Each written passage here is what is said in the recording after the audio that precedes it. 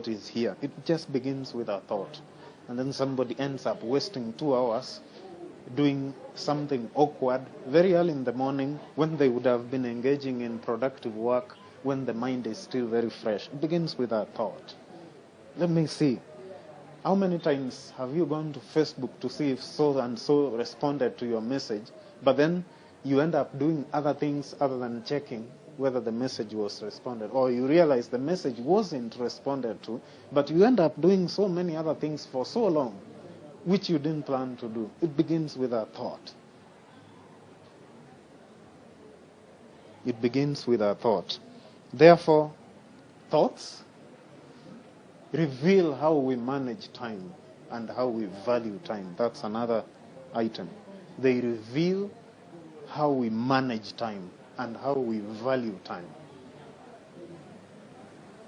There is a time I've looked back and tried to see how many hours of my life I have wasted. There are so many. There are so many hours of my life that have been completely wasted. The one time I was fully challenged regarding time was by my physics teacher, Mr. Ondiega, in Form 2, who said, you are complaining that your sleeping time is 5.5 hours.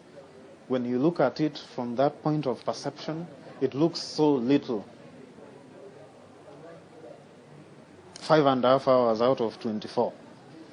But then he explained the time we spend taking the movement towards the dormitories and back, you add another 30 to 45 minutes. So we averaged about 6 hours a day were spent sleeping. 6 hours out of 24 is a quarter of a day. And multiplying that by a year, we discovered we were sleeping for 3 months out in a year, which is not a very short time. Just imagine January, February, and March, we are sleeping. So we have 9 months left in a year. And then we counted other hours. 2 hours were spent around games and movement to and from games. Another 1 hour was spent moving for meals. Another 1 hour was spent in other movements still within the compound throughout the entire day, just making other movements. So at the end of the day, we realized another 3 months was still not spent productively. And that we have not counted the time we went on vacation for the holidays, which also amounts to another month plus. So it was so much of it was such a short time that we were productive in. And then I realized, indeed, we are not accountable for our time because most of the time we are not thinking about the time. Therefore, we can't manage it because we don't value it. And we think of other activities without really giving forethought. Now, in another session, probably we'll be looking at something I call the second thought and how powerful it is. Sometimes you have the forethought and then the second thought. But here we are looking at the central theme, which is the power of thoughts. Now, thoughts can also guarantee eternal life or eternal death. We worship the one Creator who knows what we are thinking, who knows how we think, and who understands the patterns of thought. That is the Creator we worship. He's the only one who can see that. I cannot see what you are thinking. I can't see what you are thinking at the back. He's the only one who can see. And therefore, we cannot hide from what we are thinking before Him. If human beings can sometimes look at you and determine what you are thinking, what about God? What about God? So, the easier way for us to manage our thoughts is to really focus on the person who created the mind, because that is the center of thought. If we focus on that person, then we won't be making mistakes. We won't find ourselves asking, what was I thinking? Now, let's look at Philippians chapter 4, verse 8, which we had mentioned as the text we are looking at for the power of thoughts. Philippians chapter 4, verse 8. I'll read from the King James Version, which says, "Finally, brethren, whatsoever things are true, whatsoever things are honest, whatsoever things are just, whatsoever things are pure, whatsoever things are lovely, whatsoever things are of good report, if there be any virtue, and if there be any praise, think on these things." Now, we shall be revisiting that verse as we come to the end. But the key thing is the Creator knows that our mind does not have a governor. Now, vehicles have speed governors. Now, we don't have a thought governor, if we can borrow that word.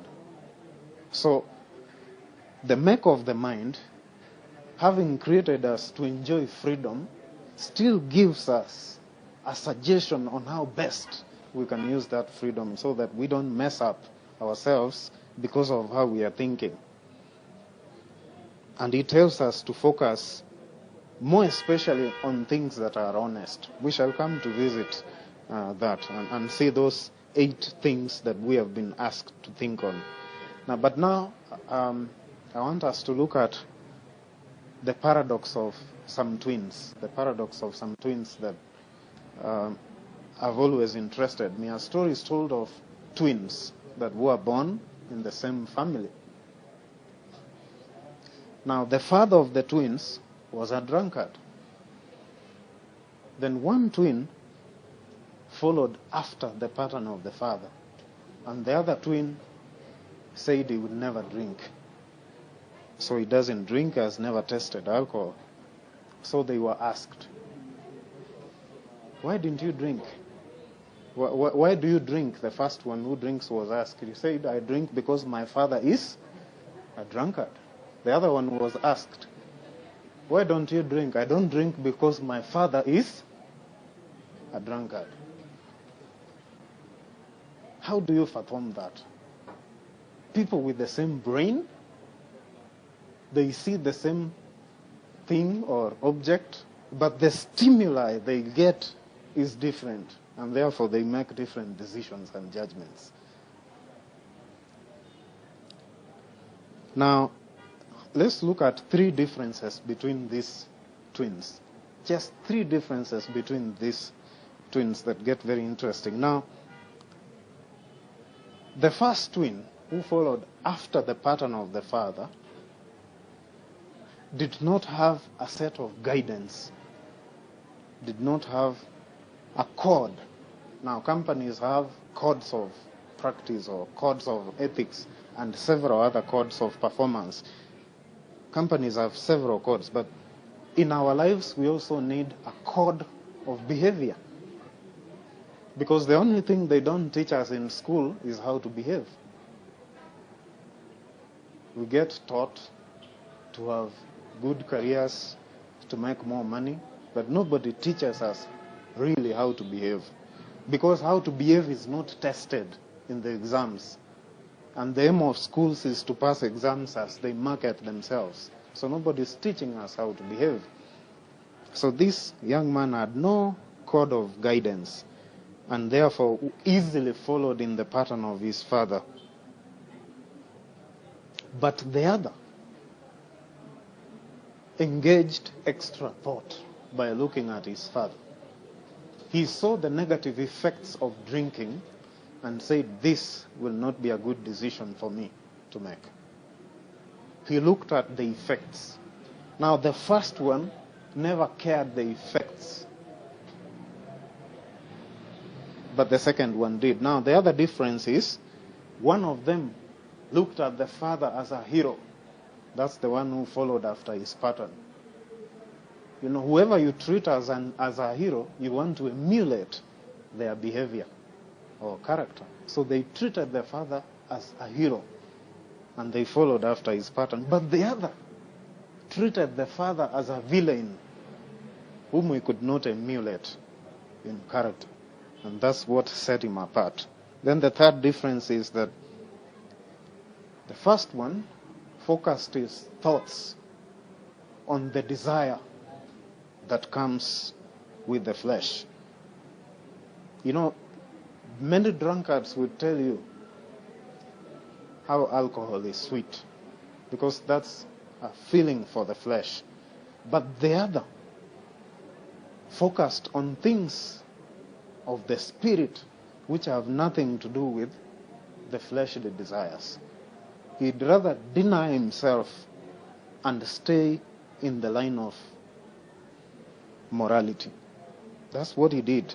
So they had the same mind, but their thoughts were completely focused on different things, and that's why the outcome is so different. Now let's look at categories of thoughts. You can maybe switch on the light.